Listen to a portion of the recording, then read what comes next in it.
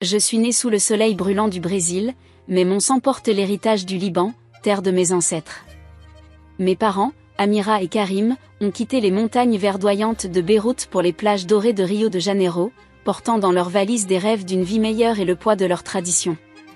J'ai grandi dans ce mélange fascinant de cultures, naviguant entre les arômes enivrants de la cuisine libanaise et les rythmes endiablés de la samba brésilienne.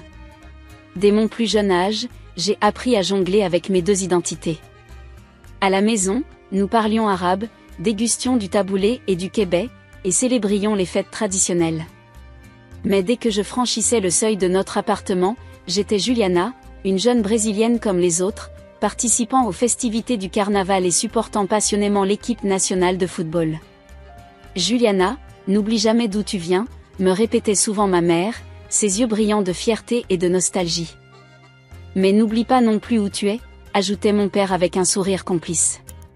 Cette dualité, qui faisait ma richesse, est devenue un défi le jour où j'ai rencontré Pedro. C'était lors d'une soirée étudiante, nos regards se sont croisés et le monde autour de nous s'est évanoui. Pedro était tout ce dont je pouvais rêver, intelligent, drôle, et d'une gentillesse rare. Nous avons passé la nuit à discuter, à rire, à nous découvrir. J'ai su, à cet instant, que ma vie venait de prendre un tournant décisif. Les premières semaines de notre relation ont été un tourbillon de bonheur. Pedro était fasciné par mes origines, me posant 1000 questions sur le Liban, apprenant même quelques mots d'arabe pour impressionner mes parents. Tout semblait parfait, jusqu'à ce que je rencontre sa mère, Donna Cecilia. Je me souviens encore de ce premier dîner chez les parents de Pedro. J'avais passé des heures à me préparer, choisissant soigneusement ma tenue, répétant mentalement les formules de politesse. Mais dès que j'ai franchi le seuil de leur somptueuse demeure, j'ai senti le regard glacial de Donna Cecilia me transpercer. « Alors c'est vous, la petite amie de Pedro ?» avait-elle dit, me toisant de haut en bas. Son ton était poli, mais ses yeux trahissaient son mépris. « De quelle partie du Moyen-Orient vos parents viennent-ils, déjà ?»« Du Liban, madame, avais-je répondu, la gorge serrée. »« Ah oui, le Liban. Un pays, intéressant, » avait-elle commenté avec un sourire crispé. Le reste de la soirée s'était déroulé dans une atmosphère tendue.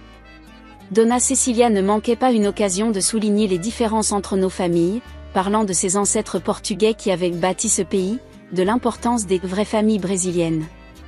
Chacun de ces mots était comme un coup de poignard dans mon cœur. Pedro, sentant mon malaise, essayait de détourner la conversation, de mettre en avant mes qualités, mes réussites scolaires. Mais cela semblait agacer encore plus sa mère. L'éducation, c'est bien, avait-elle dit avec condescendance, mais certaines différences culturelles sont difficiles à surmonter, n'est-ce pas? Cette soirée n'était que le début d'une longue série de confrontations et de micro-agressions. Donna Cecilia, issue d'une famille influente de Rio, ne cachait pas son désir de voir son fils avec une vraie brésilienne. Elle multipliait les remarques désobligeantes sur les immigrés, sur leur supposée incapacité à s'intégrer pleinement. « Tu ne trouves pas que Juliana a un accent étrange quand elle parle portugais ?» l'avais-je entendu dire à Pedro un jour, pensant que j'étais hors de portée. Et ses habitudes alimentaires. Ce n'est pas très brésilien, tout ça. Chaque rencontre avec elle était une épreuve. Je me sentais constamment jugée, scrutée, comme si le moindre faux pas de ma part confirmerait ses préjugés. J'essayais de rester forte, de ne pas laisser ces remarques m'atteindre, mais c'était de plus en plus difficile. Pedro, pris entre deux feux, souffrait de cette situation. Il m'aimait profondément, mais le poids des attentes familiales pesait lourd sur ses épaules. Nous avions de longues discussions la nuit, enlacés dans mon petit appartement, loin du regard désapprobateur de sa mère. « Je t'aime, Juliana », me répétait-il, ses yeux plongés dans les miens. Peu importe ce que ma mère pense, peu importe d'où tu viens. C'est toi que j'ai choisi. Ces mots me réconfortaient, mais la réalité de notre situation restait amère. Chaque fois que nous assistions à un événement familial, chaque fois que nous croisions Donna Cecilia en ville, je sentais son regard me transpercer, me rappelant que pour elle, je ne serais jamais assez bien pour son fils. J'ai commencé à douter de moi-même, à me demander si notre amour serait assez fort pour surmonter ces obstacles. Étais-je égoïste de vouloir rester avec Pedro, sachant que cela créait des tensions dans sa famille? Ne méritait-il pas quelqu'un qui serait accepté sans réserve par les siens? Mais l'amour que nous partagions était plus fort que ses doutes. Pedro me rassurait constamment, me rappelant que notre relation valait tous les sacrifices. Ensemble, nous avons décidé de faire front, de ne pas laisser les préjugés de Donna Cecilia dicter notre bonheur. Cette période difficile m'a également rapproché de mes propres parents. Ils sont devenus mon refuge, ma source de force. Ma mère, avec sa sagesse orientale, me rappelait souvent « Habibi, tu es comme l'olivier. Tes racines sont profondes, ton tronc est fort. Laisse le vent souffler, tu ne plieras pas. » Ces mots résonnaient en moi, me donnant la force de continuer, d'affronter le regard désapprobateur de Donna Cecilia, de croire en mon amour pour Pedro et en notre avenir commun. Notre relation est devenue une bataille constante contre les préjugés, une lutte pour faire accepter notre amour dans un monde qui n'était pas toujours prêt à l'accueillir. Mais chaque épreuve nous rendait plus forts, plus unis. Pedro et moi avons appris à nous battre ensemble, à défendre notre amour contre vent et marée. Cette expérience m'a profondément marquée, façonnant la femme que je suis devenue. Elle m'a appris la résilience, la force de caractère, et l'importance de rester fidèle à ses origines tout en s'ouvrant au monde. Malgré la douleur et les doutes, je suis reconnaissante pour cette épreuve qui a forgé notre amour et m'a permis de découvrir ma propre force. Depuis ma plus tendre enfance, la France occupait une place particulière dans mon cœur et mon imagination. Ce pays, berceau de grands penseurs, d'artistes renommés et de révolutions intellectuelles, m'attirait comme un aimant. Je passais des heures à feuilleter des livres sur Paris, à admirer les photos de la Tour Eiffel, du Louvre, des Champs-Élysées. Chaque image, chaque mot lu sur la France nourrissait mon rêve d'y étudier un jour. Ce désir n'était pas qu'une simple fantaisie d'enfant. Il était devenu, au fil des années, une véritable obsession, un objectif que je m'étais fixé et que je comptais bien atteindre, quels que soient les obstacles. Malgré les difficultés financières de ma famille et les regards sceptiques de certains, je n'ai jamais abandonné cette ambition. Dès le collège, j'ai commencé à apprendre le français. Je me souviens encore de mon premier cours, de l'excitation que j'ai ressentie en prononçant mes premiers mots dans cette langue mélodieuse. « Bonjour, je m'appelle Juliana », avais-je dit, un grand sourire aux lèvres, savourant chaque syllabe. Ma professeure, Madame Silva, une femme d'une cinquantaine d'années qui avait vécu en France pendant sa jeunesse, m'avait regardée avec un mélange d'amusement et d'admiration. « Tu as un don pour les langues, Juliana », m'avait-elle dit. « Je sens que tu iras loin. » Ces mots m'avaient donné des ailes. Chaque jour après l'école, je passais des heures à étudier le français. J'écoutais des chansons françaises, je regardais des films français avec des sous-titres, je lisais des livres en français, commençant par des contes pour enfants et progressant lentement vers des œuvres plus complexes. Ma chambre était devenue un petit coin de France au cœur de Rio. Des affiches de Paris couvraient les murs, des livres en français s'empilaient sur mon bureau, et un petit drapeau tricolore trônait fièrement sur ma table de chevet. Mes parents, bien que parfois perplexes face à cette passion dévorante, m'encourageaient du mieux qu'ils pouvaient. « Tu es comme ton grand-père », me disait souvent mon père.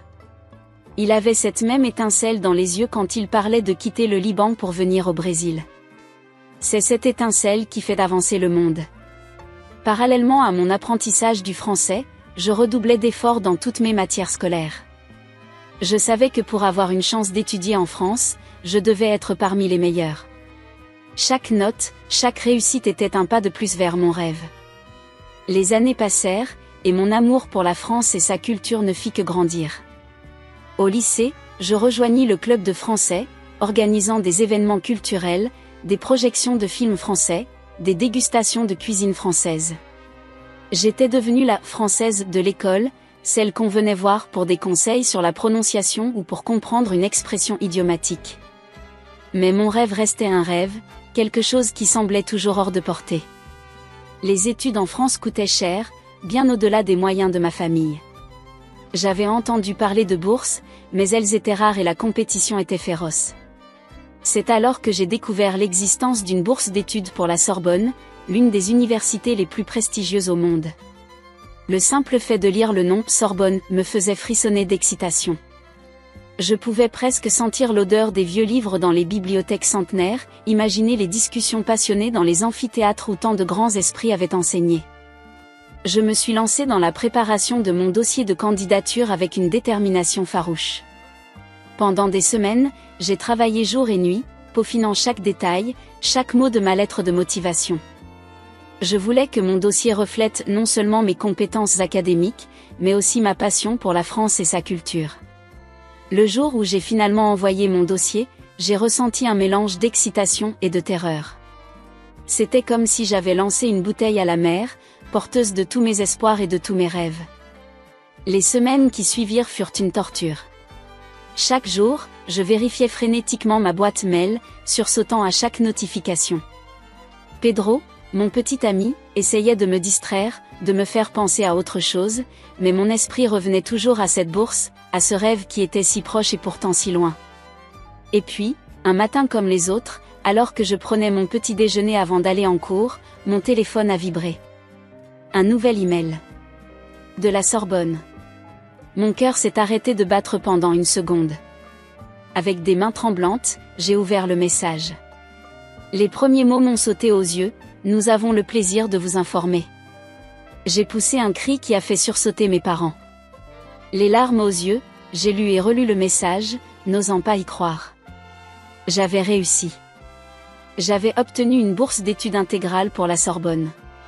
Ce moment restera à jamais gravé dans ma mémoire. L'étreinte de mes parents, leurs visages emplis de fierté et d'émotion. L'appel excité à Pedro, qui a crié de joie au téléphone. La réalisation que mon rêve d'enfant allait enfin devenir réalité. Cette nouvelle a changé ma vie du jour au lendemain. Soudain, Paris n'était plus un rêve lointain, mais une réalité imminente. J'allais marcher sur les pas de tant de grands penseurs, respirer l'air de cette ville que j'avais tant imaginée. Mais avec cette joie immense est venue aussi une prise de conscience. J'allais devoir quitter ma famille, mes amis, Pedro. J'allais devoir naviguer dans un monde nouveau, loin de tout ce que je connaissais. L'excitation se mêlait à l'appréhension, la joie à la peur de l'inconnu. Cependant, je savais au fond de moi que c'était le début d'une grande aventure. Une aventure qui allait me transformer, me challenger, et me permettre de grandir tant sur le plan intellectuel que personnel. Cette bourse n'était pas seulement une opportunité académique. C'était la concrétisation de années de travail acharné, de rêves et d'espoir. C'était la preuve que la persévérance et la passion pouvaient surmonter tous les obstacles. Alors que je me tenais là, le cœur battant, l'email de confirmation encore ouvert sur mon téléphone, je savais que ma vie ne serait plus jamais la même. Un nouveau chapitre s'ouvrait devant moi, rempli de promesses et de défis. Et j'étais prête à l'affronter, forte de mon amour pour la France, de mon désir d'apprendre, et du soutien de ceux que j'aimais. La joie immense d'avoir obtenu cette bourse pour la Sorbonne fut rapidement tempérée par une réalisation troublante, je ne pouvais pas partager cette nouvelle avec tout le monde. La pensée de Donna Cecilia, la mère de Pedro, et de sa réaction potentielle, me glaçait le sang. Je connaissais son mépris à peine voilé pour mes origines, son désir de voir son fils avec quelqu'un qu'elle jugeait plus convenable. Cette opportunité extraordinaire pourrait-elle devenir une arme entre ses mains? C'est ainsi que je pris la décision difficile de garder le secret sur ma bourse, du moins pour un temps. Seul Pedro était dans la confidence. Le soir même de l'annonce, nous nous sommes retrouvés dans notre café préféré, à l'abri des regards indiscrets. « C'est incroyable, Juliana !» s'exclama Pedro, ses yeux brillants de fierté. « Tu vas étudier à la Sorbonne. C'est le rêve de ta vie qui se réalise. » Je hochai la tête, un mélange de joie et d'anxiété nouant mon estomac. « Oui, c'est merveilleux, mais... » « Mais quoi ?» demanda Pedro, son sourire s'effaçant légèrement. « Ta mère, dis-je doucement. Je ne pense pas que ce soit une bonne idée de lui en parler tout de suite. » Le visage de Pedro s'assombrit. Il comprenait, bien sûr. Il avait été témoin de chaque remarque désobligeante, de chaque regard glacial que sa mère m'avait lancé. « Tu as raison, » admit-il avec un soupir. « Elle pourrait essayer de compliquer les choses. » Nous passâmes les heures suivantes à élaborer un plan. Comment pourrais-je accepter la bourse sans créer de conflit familial? Comment préparer mon départ sans éveiller les soupçons? Chaque détail devait être soigneusement pensé, chaque scénario envisagé. Les jours qui suivirent furent un exercice d'équilibriste émotionnel. J'oscillais entre l'excitation pure de mon rêve qui se réalisait et l'angoisse constante d'être découverte. Chaque conversation avec mes parents ou mes amis était un défi. Je devais contenir mon enthousiasme, mesurer chacun de mes mots pour ne pas laisser échapper mon secret. Le poids de ce secret commença rapidement à peser sur moi. Je me réveillais la nuit, en sueur, rêvant que Donna Cecilia découvrait tout et utilisait son influence pour me faire perdre ma bourse. Dans ces moments-là, je me tournais vers Pedro, cherchant du réconfort dans ses bras. Et si on lui disait simplement, suggérais-je une nuit, épuisée par le stress constant. Peut-être qu'elle comprendra. Peut-être qu'elle sera fière pour moi. Pedro caressa doucement mes cheveux. Tu sais comment elle est, Ju. Elle verrait ça comme une menace. Elle penserait que tu cherches à t'éloigner de moi, à t'élever au-dessus de ta condition. Ces mots, bien que durs, résonnaient de vérité. Je savais que Donna Cecilia ne verrait pas cette opportunité comme une réussite, mais comme une tentative de ma part de m'extraire de ce qu'elle considérait comme ma place dans la société. Le secret commença à affecter notre relation. Pedro et moi, d'habitude si proches, si complices, nous trouvions de plus en plus souvent à court de mots. Le sujet de la bourse planait constamment entre nous, invisible mais omniprésent, créant une tension que nous n'avions jamais connue auparavant. Ma santé mentale en pâtit également. Je devenais irritable, distraite. Mes parents remarquèrent le changement, s'inquiétant de me voir si préoccupée. « Habibi, qu'est-ce qui ne va pas ?» me demanda ma mère un soir, ses yeux emplis d'inquiétude. « Tu sembles si lointaine ces derniers temps. » Je faillis craquer à ce moment-là, prête à tout lui révéler. Mais je me retins, sachant que plus de personnes étaient au courant, plus le risque que Donna Cecilia l'apprenne augmentait. « Ce n'est rien, maman, mentis-je, détestant la facilité avec laquelle les mots faux sortaient de ma bouche. Juste le stress des examens. Les semaines passèrent, et la date limite pour accepter officiellement la bourse approchait. Pedro et moi multiplions les réunions secrètes, essayant désespérément de trouver une solution. Peut-être que je devrais simplement refuser, dis-je un jour, le cœur lourd. Ça serait plus simple. Non, s'exclama Pedro, me prenant les mains. C'est ton rêve, Juliana. Tu ne peux pas y renoncer à cause des préjugés de ma mère. Mais comment concilier ce rêve avec la réalité de notre situation ? Comment partir étudier à l'étranger sans causer une rupture familiale ? Ces questions tournaient en boucle dans ma tête, m'empêchant de dormir, de me concentrer sur quoi que ce soit d'autre. Le stress constant commença à affecter mes performances scolaires. Moi qui avais toujours été une élève brillante, je me surprenais à rendre des devoirs médiocres, à perdre le fil pendant les cours. Mes professeurs, habitués à me voir participer activement, s'inquiétaient de mon silence soudain. Pedro, de son côté, luttait pour maintenir une façade normale devant sa famille. Chaque dîner chez ses parents était une épreuve, chaque conversation avec sa mère un champ de mine qu'il devait traverser avec précaution. « Comment va Juliana ?» demandait parfois Donna Cecilia, son ton faussement concerné ne trompant personne. « Elle va bien » répondait invariablement Pedro, sentant le poids du mensonge sur ses épaules. Nous savions que cette situation ne pouvait pas durer éternellement. Tôt ou tard, la vérité éclaterait. Mais comment la révéler sans tout perdre ? Comment faire comprendre à Donna Cecilia que cette opportunité n'était pas une menace pour sa famille, mais une chance pour moi de grandir, d'apprendre, de devenir la meilleure version de moi-même ? Chaque jour qui passait rendait la décision plus urgente, le secret plus lourd à porter. J'étais tiraillée entre mon désir ardent de saisir cette opportunité incroyable et ma peur de blesser ceux que j'aimais, de perturber l'équilibre fragile que nous avions réussi à maintenir jusque-là. Ce dilemme me consumait, transformant ce qui aurait dû être une période de joie et d'anticipation en un cauchemar d'anxiété et de doute. Je me demandais souvent si j'avais fait le bon choix en gardant le secret, si la vérité, aussi difficile soit-elle à entendre pour certains, n'aurait pas été préférable dès le début. Mais à chaque fois que je songeais à tout révéler, l'image de Donna Cecilia, son regard désapprobateur, ses remarques acerbes, me revenaient en mémoire, et je me rétractais, préférant le poids du secret à la tempête que la vérité pourrait déclencher. Le secret de ma bourse d'études à la Sorbonne pesait lourdement sur mes épaules depuis des semaines. Chaque jour qui passait rendait la situation plus insoutenable. C'est dans ce contexte tendu qu'eut lieu un dîner de famille chez les parents de Pedro, un événement qui allait marquer un tournant dans notre histoire.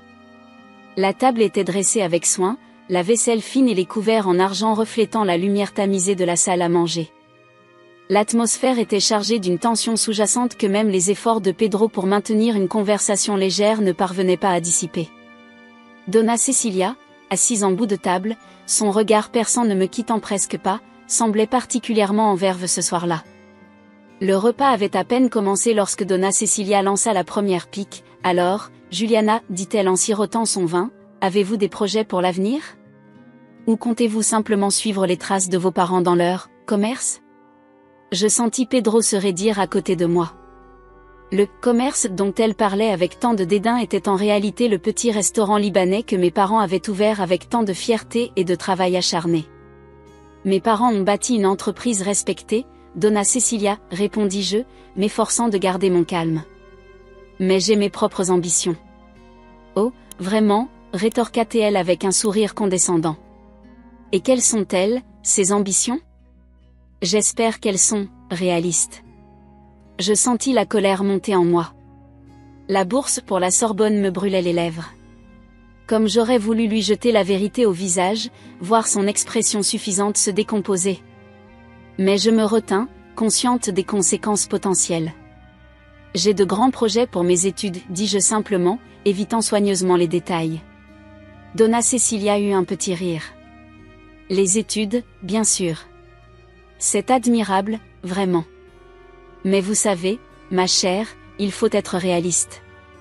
Certaines portes sont plus difficiles à ouvrir pour certaines personnes. Le silence tomba sur la table. Le père de Pedro, habituellement si jovial, regardait fixement son assiette. Pedro serrait les poings sous la table, je pouvais sentir la tension qui émanait de lui. « Que voulez-vous dire exactement, maman ?» demanda Pedro, sa voix tremblant légèrement de colère contenue. « Oh, ne sois pas naïf, Pedro, répondit Donna Cecilia avec un geste de la main. Tu sais bien que dans notre société, l'origine compte. Les immigrés ont certes leur place, mais il faut savoir rester à sa place. » Ces mots me frappèrent comme une gifle. J'étais sur le point de répliquer, de lui dire exactement ce que je pensais de ses préjugés, quand Pedro se leva brusquement, faisant sursauter tout le monde. « Ça suffit, maman, s'écria-t-il, sa voix résonnant dans la pièce. Je ne peux plus supporter tes remarques xénophobes et ton mépris à peine voilé. » Donna Cecilia le regarda, bouche bée. Jamais auparavant Pedro ne l'avait confronté ainsi. « Pedro, je ne fais que dire la vérité, tenta-t-elle de se justifier. Je pense à ton avenir, à notre famille. » Non, maman, l'interrompit Pedro. Tu ne penses qu'à tes préjugés. Juliana est brillante, travailleuse et ambitieuse. Ses origines ne définissent pas qui elle est ou ce qu'elle peut accomplir. Je regardais Pedro avec un mélange de fierté et d'émotion. Le voir prendre ma défense ainsi, devant sa famille, me touchait profondément. Tu ne comprends pas, insista Donna Cecilia. Notre famille a une certaine position dans la société. Nous ne pouvons pas nous permettre de... De quoi, maman, la coupa Pedro. D'être ouvert? D'accepter les autres? De juger les gens sur leur mérite plutôt que sur leurs origines? Le silence qui suivit était assourdissant. Je pouvais presque entendre les battements frénétiques de mon cœur. Une partie de moi voulait intervenir, mais je savais que c'était un moment crucial entre Pedro et sa mère. Juliana fait partie de ma vie, poursuivit Pedro d'une voix plus calme mais ferme. Elle est intelligente, cultivée, et elle a de grandes ambitions. Si tu prenais la peine de la connaître vraiment, tu verrais à quel point elle est extraordinaire. Les yeux de Donna Cecilia allaient de Pedro à moi, comme si elle nous voyait vraiment pour la première fois. Son masque de supériorité semblait se fissurer, laissant entrevoir une lueur de doute. « Pedro, dit-elle finalement, sa voix moins rassurée. Je veux seulement ce qu'il y a de mieux pour toi. Alors apprends à connaître Juliana, répondit-il doucement. Donne-lui une vraie chance. C'est tout ce que je te demande. » Le reste du dîner se déroula dans une atmosphère étrange, mélange de tensions résiduelles et de quelque chose de nouveau, peut-être un début de compréhension. Donna Cecilia resta silencieuse, semblant perdue dans ses pensées. Lorsque nous partîmes ce soir-là, Pedro me serra fort dans ses bras, loin des regards de sa famille. « Je suis désolé, murmura-t-il. J'aurais dû faire ça il y a longtemps. Je sentis les larmes me monter aux yeux. Merci, chuchotai-je, incapable d'exprimer à quel point son soutien comptait pour moi. Sur le chemin du retour, main dans la main, nous savions que quelque chose avait changé. La confrontation de ce soir avait marqué un tournant dans notre relation et dans la dynamique familiale. Cependant, alors que nous marchions en silence dans les rues de Rio, une nouvelle angoisse s'empara de moi.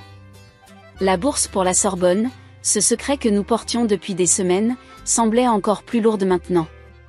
Comment allions-nous annoncer mon départ prochain après cette soirée chargée en émotions? Je regardais Pedro, son profil déterminé dans la lumière des lampadaires. Il avait pris position pour moi, défié sa mère et ses préjugés. Notre amour avait franchi une nouvelle étape ce soir-là. Mais le plus dur restait à venir. Le secret de la Sorbonne planait toujours au-dessus de nous, comme une épée de Damoclès, menaçant de bouleverser à nouveau cet équilibre fragile que nous venions de conquérir. Les jours qui suivirent le dîner tendu chez les parents de Pedro furent empreints d'une étrange accalmie. La confrontation avait laissé des traces, mais aussi ouvert la porte à de possibles changements. Cependant, le secret de ma bourse pour la Sorbonne pesait toujours lourdement sur nos épaules. C'était un mardi après-midi, environ 2 semaines avant mon départ prévu pour Paris. J'étais chez Pedro, dans sa chambre, en train de discuter de la meilleure façon d'annoncer la nouvelle à sa famille. Nous étions tellement absorbés par notre conversation que nous n'avions pas entendu la porte d'entrée s'ouvrir, ni les pas dans l'escalier. Soudain, la porte de la chambre s'ouvrit brusquement. Donna Cecilia se tenait là, une enveloppe à la main, le visage pâle et les yeux écarquillés. « Qu'est-ce que c'est que ça ?» demanda-t-elle d'une voix tremblante, brandissant l'enveloppe. Mon cœur s'arrêta net. Je reconnus immédiatement le logo de la Sorbonne sur le papier. C'était ma lettre d'acceptation, celle que je gardais précieusement cachée depuis des semaines. « Maman, » commença Pedro, se levant lentement. « Nous pouvons expliquer. » Mais Donna Cecilia l'interrompit, ses yeux fixés sur moi. « Expliquer quoi? Que vous me cachez des choses? Que cette fille essaie de s'élever au-dessus de sa condition en allant étudier en France ?» Je sentis la colère monter en moi, mêlée à une peur paralysante. Tout ce que nous avions essayé d'éviter était en train de se produire. « Donna Cecilia, » dis-je en me levant à mon tour, essayant de garder mon calme. « Ce n'est pas ce que vous croyez. »« Ah non », répliqua-t-elle, sa voix montant d'un octave. « Alors explique-moi pourquoi je trouve une lettre d'acceptation de la Sorbonne adressée à toi dans la chambre de mon fils ?» Pedro s'interposa entre sa mère et moi. « Maman, s'il te plaît, calme-toi.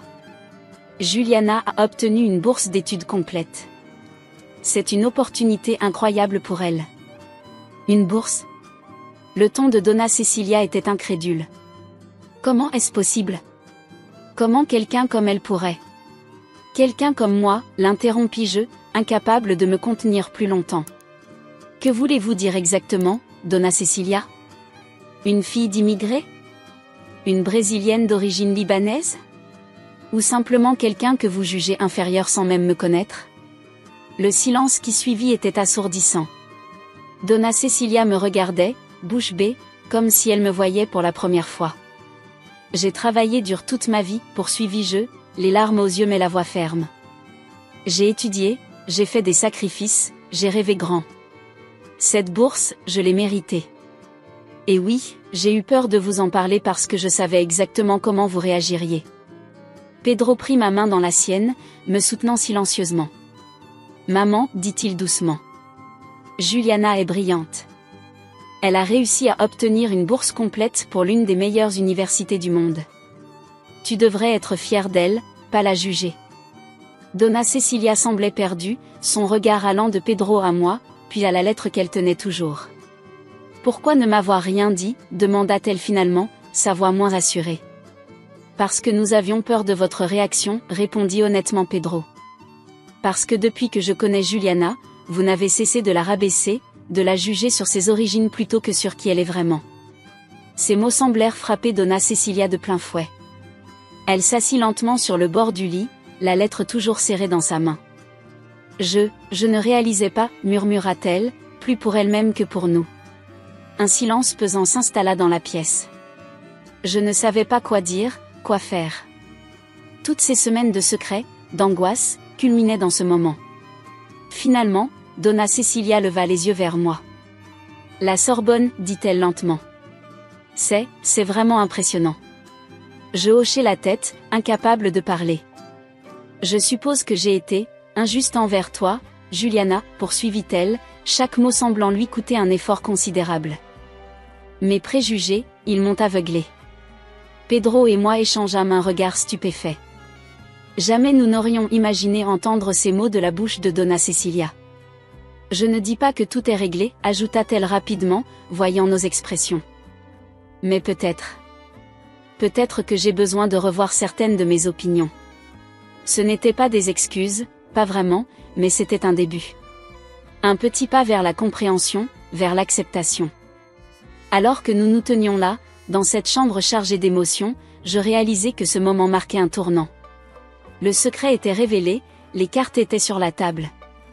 Ce qui allait suivre était incertain, mais au moins, nous n'avions plus à porter le poids de ce secret.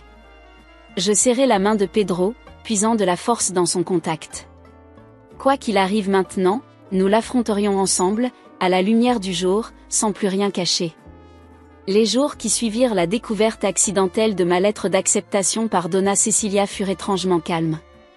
Le choc initial passé, un silence pesant s'était installé dans la maison des parents de Pedro.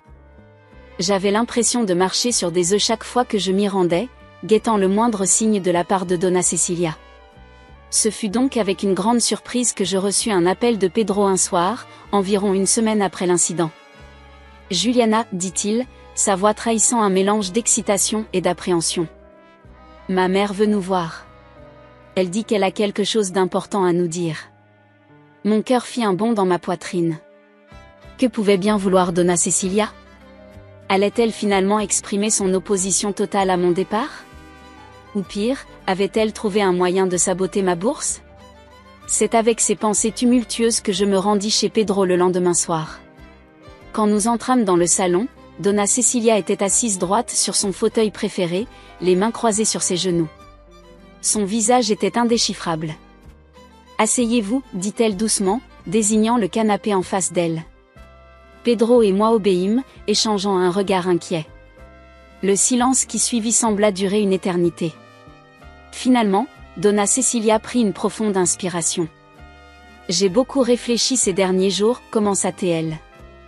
À vous, à cette bourse, à mes propres préjugés. » Je sentis Pedro se raidir à côté de moi. Nous ne nous attendions certainement pas à ça. Vous savez, poursuivit-elle, son regard fixé sur un point au-dessus de nos têtes, ma propre grand-mère était une immigrante. Cette révélation nous prit complètement au dépourvu. Jamais Donna Cecilia n'avait mentionné cela auparavant. Elle est venue d'Italie, continua-t-elle, sa voix prenant une tonalité plus douce. Elle était jeune, pleine d'espoir, mais elle a dû faire face à beaucoup de préjugés. Les gens la regardaient de travers, parlaient dans son dos, la traitaient comme si elle était inférieure. Donna Cecilia fit une pause, semblant chercher ses mots. Je suppose que quelque part en chemin, j'ai oublié cette partie de mon histoire familiale. J'ai oublié les luttes de ma grand-mère, sa détermination, son courage. Je sentis une boule se former dans ma gorge. Était-ce vraiment Donna Cecilia qui parlait ainsi? Quand j'ai découvert votre lettre d'acceptation, Juliana, dit-elle en me regardant directement pour la première fois, j'ai d'abord ressenti de la colère, de la peur même. Mais ensuite, j'ai pensé à ma grand-mère. À ce qu'elle aurait pensé de mon comportement. Des larmes brillaient dans les yeux de Donna Cecilia, une vision que je n'aurais jamais cru possible. Je me suis rendu compte que mon comportement reflétait exactement ce contre quoi ma grand-mère avait lutté toute sa vie. J'étais devenu ce qu'elle avait le plus détesté. Pedro serra ma main, et je réalisai que j'avais retenu mon souffle. Je ne peux pas effacer ce que j'ai dit ou fait, poursuivit Donna Cecilia. Mais je peux essayer de faire mieux à partir de maintenant. Juliana, je te dois des excuses. Ces mots, que je n'aurais jamais cru entendre, résonnèrent dans la pièce. Je sentis des larmes couler sur mes joues, incapable de les retenir. Votre réussite, cette bourse pour la Sorbonne, c'est quelque chose dont vous devriez être fier, dit-elle. Et je devrais l'être aussi. Vous avez montré une détermination et un courage qui me rappellent ma grand-mère. Donna Cecilia se leva lentement et se dirigea vers une vieille commode dans le coin de la pièce. Elle en sortit une petite boîte qu'elle apporta vers nous. Ceci, dit-elle en ouvrant la boîte, appartenait à ma grand-mère. C'est un broche qu'elle a apporté avec elle d'Italie. Elle disait toujours que c'était son porte-bonheur, ce qui lui donnait la force de continuer malgré les difficultés. Avec des mains tremblantes, elle sortit une magnifique broche ancienne, ornée de petites pierres colorées. « Je voudrais que vous l'ayez, Juliana, dit-elle doucement. Pour vous rappeler que vous êtes forte, que vous êtes capable de grandes choses, et que vous avez une place dans cette famille. » J'étais sans voix. Les larmes coulaient librement sur mon visage alors que Donna Cecilia plaçait délicatement la broche dans ma main. « Je ne peux pas promettre que tout sera parfait à partir de maintenant, ajouta-t-elle. J'ai encore beaucoup à apprendre, beaucoup de préjugés à surmonter. Mais je veux essayer. Pour vous deux, pour ma famille, et pour honorer la mémoire de ma grand-mère. » Pedro, qui était resté silencieux jusque-là, se leva et enlaça sa mère. Je les rejoignis, et nous restâmes ainsi, enlacés, laissant les émotions nous submerger. Ce moment marquait non seulement une réconciliation, mais aussi le début d'un nouveau chapitre. Un chapitre où les préjugés commençaient à s'effriter, où la compréhension prenait racine, et où l'amour triomphait sur la peur et l'ignorance. Alors que je serrais la broche contre mon cœur, je sentis un poids énorme se lever de mes épaules. Le chemin vers l'acceptation totale serait peut-être encore long, mais nous avions fait un pas de géant ce soir-là. Les semaines qui suivirent la réconciliation avec Donna Cecilia passèrent comme un tourbillon. Chaque jour nous rapprochait de mon départ pour Paris, et je me trouvais partagée entre l'excitation de cette nouvelle aventure et la tristesse de quitter ma famille, mes amis, et surtout Pedro. Donna Cecilia, fidèle à sa promesse, faisait des efforts visibles pour s'ouvrir et apprendre à me connaître vraiment. Un soir, alors que nous préparions le dîner ensemble, une première, elle me surprit en me demandant « Juliana, pourrais-tu m'apprendre quelques mots en arabe ?» Je la regardai, stupéfaite. « Bien sûr, répondis-je avec un sourire. Que voulez-vous savoir ? Comment dit-on bienvenue ? C'est important de pouvoir accueillir correctement sa belle-fille, non ? » Ces mots me touchèrent profondément. On dit « Allant wa salam, lui appris-je, ma voix légèrement tremblante d'émotion. Donna Cecilia répéta maladroitement, nous faisant rire toutes les deux. Ce moment de complicité inattendue restera gravé dans ma mémoire. Les jours passaient, et les préparatifs pour mon départ s'intensifiaient. Ma famille organisait des repas d'adieu, mes amis planifiaient une grande fête de départ, et Pedro essayait de passer chaque minute possible avec moi, comme s'il voulait graver chaque instant dans sa mémoire. La veille de mon départ arriva trop vite. Mes valises étaient prêtes, mon passeport et mes documents soigneusement rangés. J'avais l'impression que mon cœur allait exploser, tant il était rempli d'émotions contradictoires. Ce soir-là, à ma grande surprise, les parents de Pedro nous invitèrent, ma famille et moi, pour un dîner d'adieu. Lorsque nous arrivâmes chez eux, je fus stupéfaite de voir la table dressée avec un mélange de plats brésiliens et libanais. Nous avons pensé que ce serait bien de célébrer vos deux cultures, expliqua le père de Pedro avec un sourire chaleureux. Donna Cecilia s'approcha de moi, un peu nerveuse. Allant wa salam, Juliana, dit-elle doucement, son accent encore hésitant mais l'intention clairement là. Les larmes me montèrent aux yeux, et sans réfléchir, je la serrai dans mes bras. Je sentis son corps se raidir un instant avant de se détendre et de me rendre mon étreinte. Le dîner fut une célébration joyeuse et émouvante. Nos deux familles, autrefois si différentes et distantes, partageaient maintenant des rires et des histoires autour de la table. Je regardais autour de moi, mon cœur débordant de gratitude pour ce moment de pure harmonie. Vers la fin du repas, Donna Cecilia se leva, attirant l'attention de tous. « J'aimerais dire quelques mots, commença-t-elle, sa voix légèrement tremblante. « Juliana, dit-elle en me regardant directement, quand Pedro t'a présenté pour la première fois, j'ai laissé mes préjugés et mes peurs dicter mon comportement. J'ai été injuste et cruelle envers toi, et pour cela, je te demande encore une fois pardon. » Je sentis la main de Pedro serrer la mienne sous la table. « Mais tu nous as tous donné une leçon d'humilité, de persévérance et d'amour, poursuivit-elle. Tu as réussi là où beaucoup auraient abandonné. Tu as gagné cette bourse à la Sorbonne par ton travail acharné et ton intelligence. Et plus important encore, tu as ouvert mon cœur et mes yeux. Elle fit une pause, essuyant une larme. Je sais que ce n'est qu'un au revoir, pas un adieu. Mais je voulais que tu partes en sachant que tu as désormais une deuxième famille ici. Une famille qui est fière de toi et qui t'attendra avec impatience. Les larmes coulaient librement sur mes joues maintenant. Je me levai et allai serrer Donna Cecilia dans mes bras, incapable de trouver les mots pour exprimer ma gratitude et mon émotion. Le lendemain matin, l'heure du départ arriva trop vite. L'aéroport était rempli de ma famille, de mes amis, et bien sûr, de Pedro et ses parents. Les adieux furent déchirants. Ma mère me serra fort contre elle, murmurant des prières en arabe. Mon père, les yeux brillants de fierté et de larmes contenues, me rappela pour la énième fois d'être prudente. Quand vint le tour de Pedro, le monde sembla s'arrêter autour de nous. « Je suis si fière de toi », murmura-t-il contre mes cheveux. « Va conquérir Paris, mon amour. Je serai là à t'attendre. » Enfin, Donna Cecilia s'approcha. Elle portait la broche de sa grand-mère, celle qu'elle m'avait offerte quelques semaines plus tôt. « J'ai pensé que tu voudrais peut-être la porter pour ton voyage, dit-elle en l'épinglant sur mon manteau. Pour te rappeler que tu as une famille qui t'aime ici. » Submergée par l'émotion, je ne pus que hocher la tête, les larmes coulant librement. L'appel pour mon vol retentit, me ramenant brutalement à la réalité.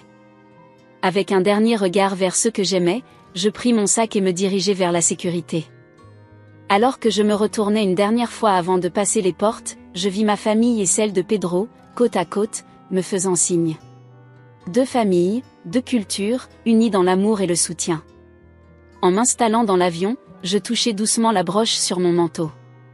Elle représentait tant de choses, l'héritage, la lutte contre les préjugés, l'acceptation, l'amour. Alors que l'avion décollait, m'emmenant vers ma nouvelle vie à Paris, je savais que quoi qu'il arrive, j'avais maintenant deux familles, deux cultures, qui me soutenaient et m'aimaient inconditionnellement.